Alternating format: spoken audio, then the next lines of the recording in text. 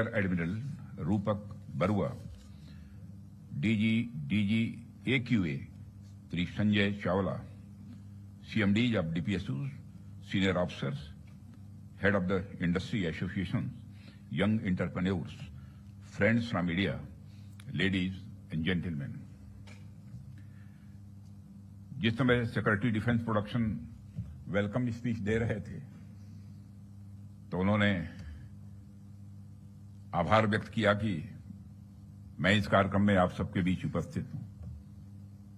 सच्चाई ये है, खैर उन्हें औपचारिकता पूरी करनी थी, पूरी की उन्होंने, लेकिन इस नेशनल क्वालिटी कॉन्क्लेव में आना मुझे बेहद अच्छा लगा है।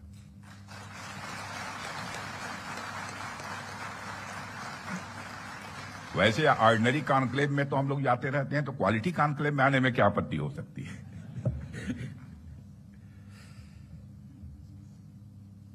साथियों, सबसे पहले तो मैं हमारी आर्म्ड फोर्सेज ने कल जो कार्रवाई की है,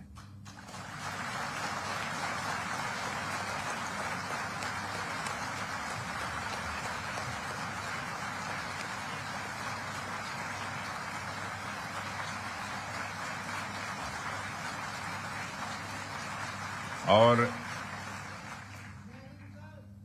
जय हिंद, जो शौर्य और पराक्रम दिखाया है उसके लिए मैं हृदय से बधाई देता हूं।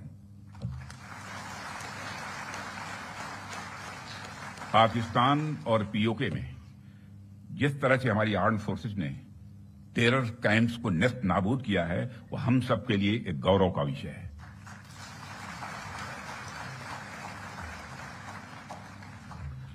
साथियों, आप सभी नेशनल क्वालिटी कॉन्क्लेव का आयोजन ये आपका चल रहा है। क्वालिटी की क्या भूमिका होती है, यह क्या रोल अदा करती है, इसका नमूना हमने कल देखा।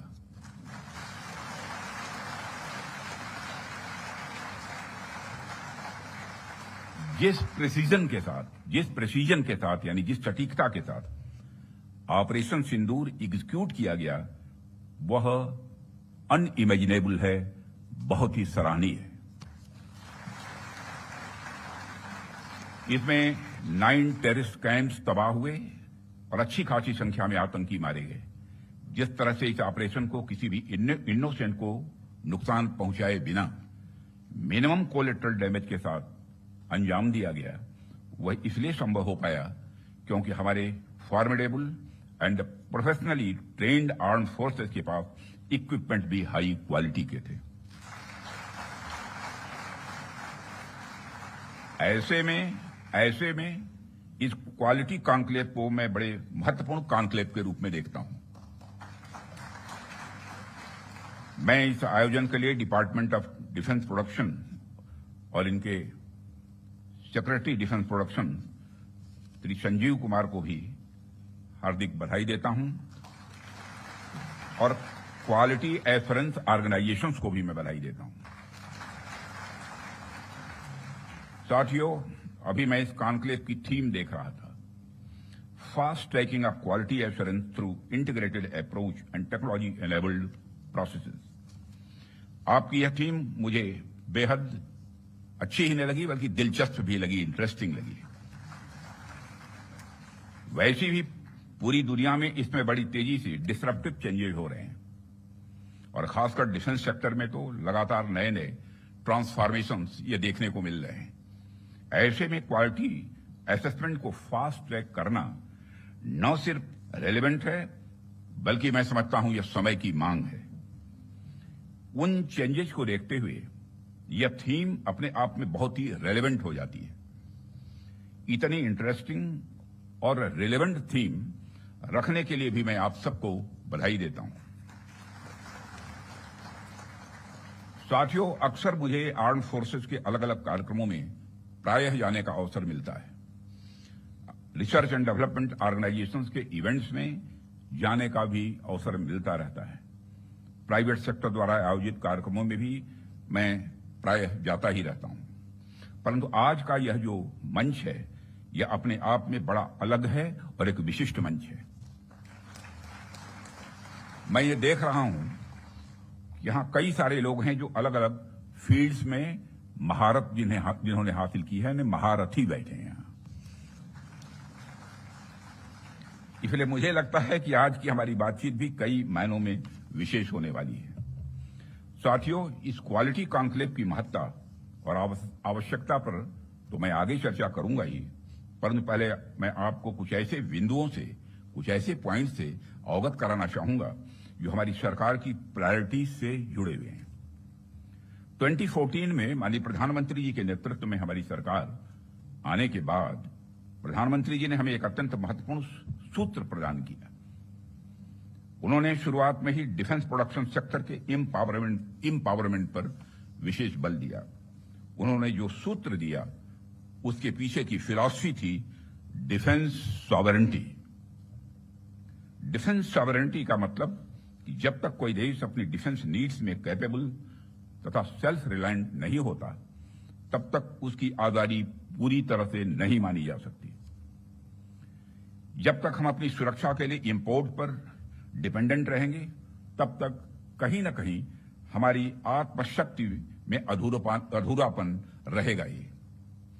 अगर हम अपने हथियार और रक्षा उपकरण विदेशों से खरीदते हैं, तो इसका मतलब है कि हम अपनी सुरक्षा को आउटसोर्स कर रहे हैं और उसे किसी और के भरोसे छोड़ रहे हैं। यह बात लॉन्ग रन में सही नहीं हो सकती। हमारी सरकार ने इस विषय पर गंभीरता से सोचा और आत्मनिर्भरता हासिल करने का निर्णायक कदम भी उठाया है। आप सब तो जानते ही हैं कि देश में पहले से ही ऑर्डिनेंस फैक्ट्रीज का एक इंडिजिनस सिस्टम रहा है और इन फैक्ट्रीज ने एक समय पर बेहतरीन काम किया और देश की सुरक्षा जरूरतों को पूरा करने में बहुत ही अहम भूमिका निभाई भी है। इनके अलावा हमारे पास डिफेंस पीएसयूज का भी एक मजबूत इकोसिस्टम पहले से ही है। हमारी सरकार ने डिफेंस प्रोडक्शन में क्वालिटी और क्वांटिटी दोनों पर समान रूप से बल दिया है। इसी दिशा में कई क्रांतिकारी कदम उठाए गए, जिनमें से कुछ महत्वपूर्ण कदमों का उल्लेख मैं यहां करना चाहूंगा। ऑर्डिनेंस फैक्ट्रीज का कॉर्पोरेटाइजेशन उनमें से एक अत्यंत महत्वपूर्ण कदम रहा है, जिसे हमने इंश्योर किया ताकि कम समय में ही डिफेंस प्रोडक्शन में व्यापक सुधार हो सके। यहां मैं ये जरूर बताना चाहूंगा कि ऑर्डिनेंस फैक्ट्रीज का कॉर्पोरेटाइजेशन हमारे लिए कोई बहुत सरल प्रक्रिया नहीं थी। इसमें अनेक जटिल प्रश्न थे और चैलेंजेज भी थे, परंतु हमने इसे इसलिए लागू किया क्योंकि यह एक अर्जेंट रिफॉर्म था। अब प्रश्न उठता है कि यह अर्जेंट क्यों था। इसका एक बड़ा कारण था क्वालिटी। आप सभी स्पेशलिस्ट के समक्ष मैं यह कह सकता हूं कि सरकार ने क्वालिटी को अपना प्रायोरिटी रिफॉर्म एजेंडा बनाया है। हमने क्वालिटी इंप्रूवमेंट को ही टारगेट करते हुए ऑर्डिनेंस फैक्ट्रीज का कॉर्पोरेटाइजेशन किया। तब से लेकर आज तक डिफेंस पीएसयूज ने लगातार सुधार किया है और कॉर्पोरेटाइजेशन के पश्चात क्वालिटी प्रोडक्शन को लगातार आगे बढ़ाने का प्रयास भी किया गया है और आज ये डीपीएसयूज इंटरनेशनली कॉम्पिटिटिव हो रहे हैं। आज ये अपने रिसर्च एंड डेवलपमेंट पर भी अच्छा फोकस कर रहे हैं। आज ये ऑर्गेनाइजेशन पहले से कहीं ज्यादा वाइब्रेंट और एक्सपोर्ट ओरिएंटेड हो रहे हैं। वैसे तो अभी कुछ कार्य बाकी है, पर मैं इतना जरूर आश्वस्त हूं कि जिस प्रकार पब्लिक सेक्टर में रिफॉर्म के लिए हम प्रयासरत हैं, वह हमें आने वाले समय में काफी अच्छे रिजल्ट्स देने वाला है। साथियों, पब्लिक सेक्टर के डेवलपमेंट के पीछे हमारा एक ही उद्देश्य भी रहा है कि एक healthy competitive private defence ecosystem का विकास किया जाए, जो अपनी क्वालिटी के माध्यम से देश की सुरक्षा को और अधिक मजबूत बनाए। जैसा कि हम सभी जानते हैं कि क्वालिटी को लेकर प्राइवेट सेक्टर की अपनी एक अच्छी खासी इमेज होती है। किसी भी क्षेत्र में प्राइवेट सेक्टर अपनी गुणवत्ता के लिए जाना जाता है। आज चाहे बड़े प्लेटफॉर्म्स हों या सिस्टम्स, एमएसएमईज हों या स्टार्टअप्स, हमने ऐसा प्राइवेट इंडस्ट्रियल बेस तैयार किया है जो देश के डिफेंस सेक्टर के विकास में सक्रिय भागीदार बन रहा है और उसे सशक्त कर रहा है। आज रिलीज होने वाले इंडस्ट्री 4 को भी मैं इसी संदर्भ में देख रहा हूं। यह निश्चित रूप से हमें स्मार्ट मैन्युफैक्चरिंग के एक ऐसे एरा में ले जाएगा जहां से हमारे लिए कई नए डायमेंशंस खुलेंगे।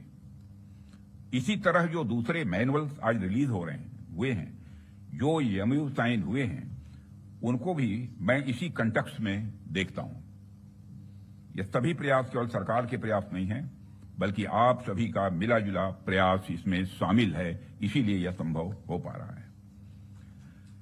साथियों, जैसा कि आप सभी जानते हैं, आज की दुनिया में सिर्फ प्रोडक्ट नहीं बल्कि एक मजबूत ब्रांड वैल्यू भी जरूरी है।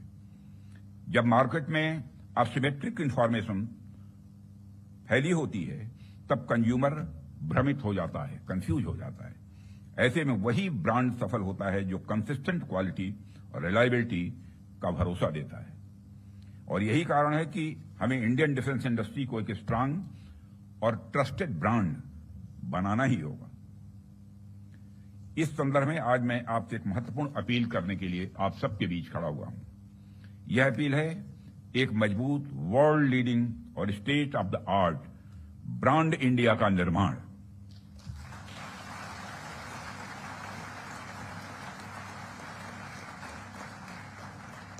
ताकि दुनिया की डिफेंस मार्केट में प्रोडक्ट्स को लेकर जब कंट्रीज के मन में डाउट हो तो वह ब्रांड इंडिया को चूज करे। Whenever in doubt, go for India। यह हमारी यूएसपी होनी चाहिए, यही हमारी यूएसपी होनी चाहिए। ब्रांड इंडिया का मतलब है कि अगर किसी इंडियन कंपनी ने कुछ प्रॉमिस किया है तो वो होगा ही होगा, होकर ही रहेगा।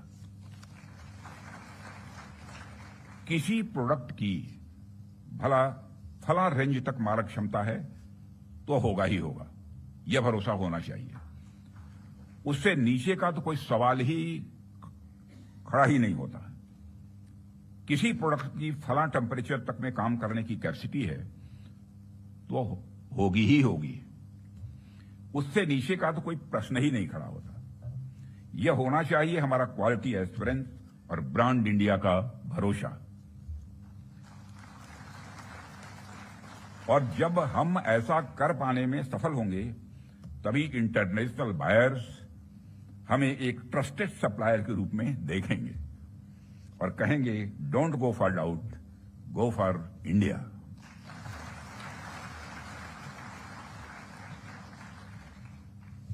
साथियों, मैं समझता हूं कि इस दिशा में प्रयास करने का यह सबसे उचित समय है, क्योंकि इस समय जो परिस्थितियां चल रही हैं उसे आप सब देख रहे हैं।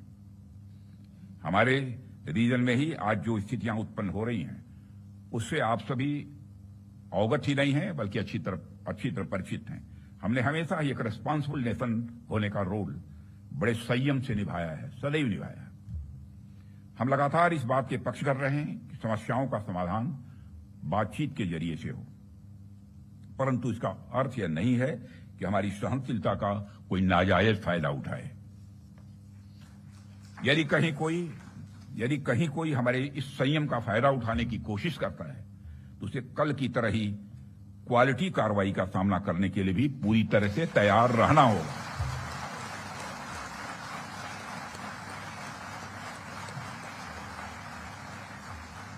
कल की तरह ही क्वालिटी कार्रवाई का सामना करने के लिए उसे तैयार रहना होगा। भारत की संप्रभुता की सुरक्षा में कोई भी हद हमारे लिए बाधा नहीं बनेगी, इसका मैं देशवासियों को भरोसा देता हूं। मित्रों, ऐसे रिस्पॉन्सिबल रिस्पॉन्सेस के लिए हम आगे भी पूरी तरह से तैयार हैं। और यदि हमारी यह तैयारी बनी हुई है तो इसमें आपका एक बहुत बड़ा रोल है, बहुत ही महत्वपूर्ण रोल है।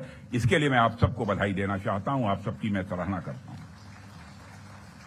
भारत का यह expanding defence industrial universe, Bharat का यह expanding defence industrial universe Bharat को एक अभूतपूर्व संबल प्रदान कर रहा है।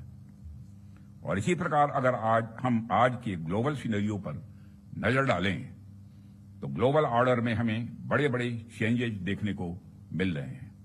हमारे सामने कई अनसर्टेन डायमेंशंस ओपन हो रहे हैं। यूरोप से लेकर एशिया तक हर जगह कॉन्फ्लिक्ट्स बढ़ते जा रहे हैं। Ukraine Russia conflict, Israel Palestine tension और मिडिल ईस्ट अनरेस्ट ने यह साबित कर दिया है कि ग्लोबल स्टेबिलिटी आज अपने आप में बहुत ही फ्रेजाइल है। अभी पिछले कुछ समय से हमें यूरोपियन यूनियन और नाटो के सिक्योरिटी सिनेरियो में भी काफी हद तक बदलाव देखने को मिल रहा है। जो यूरोपियन यूनियन एक समय पर बड़े स्तर पर नाटो पर डिपेंडेंट था, वही यूरोपियन यूनियन आज बड़े स्तर पर रीअर्मामेंट की ओर तेजी से बढ़ रहा है। जाहिर सी बात है कि जब विकसित देश रीअर्मामेंट की तरफ बढ़ेंगे तो आर्म्स एंड इक्विपमेंट की डिमांड भी स्वाभाविक रूप से बढ़ेगी। बढ़ेगी क्या, बल्कि मैं यह कह सकता हूं कि यह डिमांड लगातार नई ऊंचाइयां छू रही है। हाल ही में मैं Stockholm International Peace Research Institute की एक रिपोर्ट पढ़ रहा था और अभी कुछ दिन पहले उन्होंने एक रिपोर्ट जारी की है और उसी रिपोर्ट में यह बताया गया है कि वर्ल्ड मिलिट्री एक्सपेंडिचर 2024 में $2,718 बिलियन तक पहुंच गया है, जो अपने आप में मैं समझता हूं कि बहुत बड़ी बात है। यदि मैं और मेरे कहने का अर्थ यह है कि चाहे डोमेस्टिक डिफेंस रिक्वायरमेंट हो या इंटरनेशनल, आज आर्म्स एंड इक्विपमेंट तथा डिफेंस प्रोडक्ट्स की रिक्वायरमेंट पहले से कहीं ज्यादा है और आपके द्वारा किए जा रहे प्रयासों से इस देश का जो डिफेंस मैन्युफैक्चरिंग सेक्टर है वह ब्रांड इंडिया फिलॉसफी के साथ विश्व में अपना सिक्का जमा सकता है। साथियों, ऐसा नहीं है कि यह बात मैं सिर्फ कहने के लिए कह रहा हूं, हमने पास्ट में ऐसा करके दिखाया है। यदि मैं आंकड़ों की बात करूं तभी 2024-25 के फाइनेंशियल ईयर में हमारा डिफेंस एक्सपोर्ट अप्रॉक्सीमेटली 24,000 करोड़ के रिकॉर्ड आंकड़े को पार कर गया है और यह हम सबके लिए प्रसन्नता की बात है कि हमने इस लक्ष्य को प्राप्त किया है।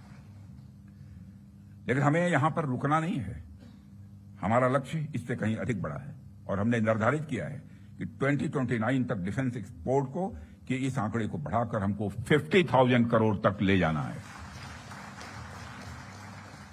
और 2047 तक जब हम पूर्ण विकसित एक डेवलप्ड नेशन के रूप में खड़े होंगे, राष्ट्र बनेंगे, उस समय तब तक तो हमें दुनिया का सबसे बड़ा डिफेंस एक्सपोर्टर बनना है। लक्ष्य बड़ा होना चाहिए, तभी हम कुछ कर सकते हैं। इतने बड़े लक्ष्य की प्राप्ति के लिए बेहद जरूरी है कि हम अपने डिफेंस इक्विपमेंट की क्वालिटी को लेकर पूरी दुनिया में एक ट्रस्ट डेवलप करें, लोगों का दिल जीतें, लोगों का भरोसा जीतें। डिफेंस इक्विपमेंट का एक्सपोर्ट करने से पहले हमें इस ट्रस्ट को एक्सपोर्ट करना पड़ेगा। डिफेंस इक्विपमेंट का एक्सपोर्ट करने से पहले हमें उस ट्रस्ट को एक्सपोर्ट करना पड़ेगा, तभी यह होगा। साथियों, उसके लिए हमें क्वालिटी को लेकर किसी पर्टिकुलर डिपार्टमेंट की रिस्पांसिबिलिटी या प्रोडक्शन प्रोसेस के स्टेज तक ही सीमित करके नहीं देखना होगा, बल्कि क्वालिटी हमारी गाइडिंग फिलॉसफी होनी चाहिए, हमारा यह कल्चर होना चाहिए जो डिफेंस मैन्युफैक्चरिंग में शामिल हर डिसीजन, हर डिजाइन और हर प्रोसेस और हर इंडिविजुअल तक अपना इन्फ्लुएंस रखे। हमारा पूरा डिफेंस इकोसिस्टम तभी मजबूत हो सकता है जब हम क्वालिटी बेंचमार्क्स को गंभीरता से लेंगे। मुझे देखकर भी खुशी होती है कि आप लोगों ने क्वालिटी के महत्व को पहचाना है, समझा है और जिस डेडिकेशन के साथ और जिस विचार के साथ आप क्वालिटी इंप्रूवमेंट पर ध्यान दे रहे हैं, वह निश्चित रूप से आने वाले समय में भारत के डिफेंस मैन्युफैक्चरिंग को एक नई ऊंचाइयों तक ले जाएगा, ऐसा मेरा पक्का विश्वास है। साथियों, वैसे तो आप सभी क्वालिटी इंप्रूवमेंट की दिशा में बहुत अच्छा काम कर रहे हैं, लेकिन जाते जाते मैं अपनी तरफ से कुछ सुझाव भी आप लोगों को देना चाहूंगा। आप सब तो जानते ही हैं, आज के जमाने में आर्टिफिशियल इंटेलिजेंस और डिजिटल टेक्नोलॉजीज की भूमिका कितनी बढ़ गई है, कितनी महत्वपूर्ण हो गई है। इसलिए आपको इस बात पर भी ध्यान देना होगा कि रियल टाइम क्वालिटी मॉनिटरिंग के लिए हम किस तरह से artificial intelligence, internet of things और मशीन लर्निंग जैसे टूल्स का प्रयोग कर सकते हैं। साथ ही साथ इवॉल्विंग ग्लोबल टेक्नोलॉजीज के साथ अलाइन करते हुए हमें अपने जो स्टैंडर्ड्स और टेस्टिंग प्रोटोकॉल्स को भी अपडेट करते रहना होगा। हमें time bound quality assurance clearances पर भी ध्यान देना होगा ताकि किसी प्रोजेक्ट को लेकर अनवांटेड डिले देखने को न मिले। साथियों, मेरा यह भी मानना है कि हमारी क्वालिटी असेसमेंट एजेंसीज को अपनी डेफिशिएंसीज पर भी हमेशा ध्यान रखना चाहिए और किस प्रकार इन डेफिशिएंसीज को मॉडर्नाइजेशन और टेस्टिंग इंफ्रास्ट्रक्चर के डेवलपमेंट के द्वारा दूर किया जाए, उस पर भी कार्य करते रहना चाहिए, ऐसा मेरा सुझाव है। और इस प्रकार नीश टेक्नोलॉजी के क्षेत्र में लगातार गैप एनालिसिस करते रहना एक आवश्यक कदम होगा। डिपार्टमेंट ऑफ डिफेंस प्रोडक्शन और भारत सरकार आपके साथ कदम से कदम मिलाकर चलने के लिए तैयार है और हम आपके फीडबैक का भी स्वागत करेंगे। और सिक्योरिटी डिफेंस प्रोडक्शन के रूप में भी संजीव कुमार के रूप में भी एक डायनेमिक आपको सिक्योरिटी भी मिला है, यह भी सौभाग्य की बात है। जो क्रोधित नहीं होते बल्कि मुस्कुराते ही रहते हैं, चाहे चैलेंज कितना भी बड़ा हो।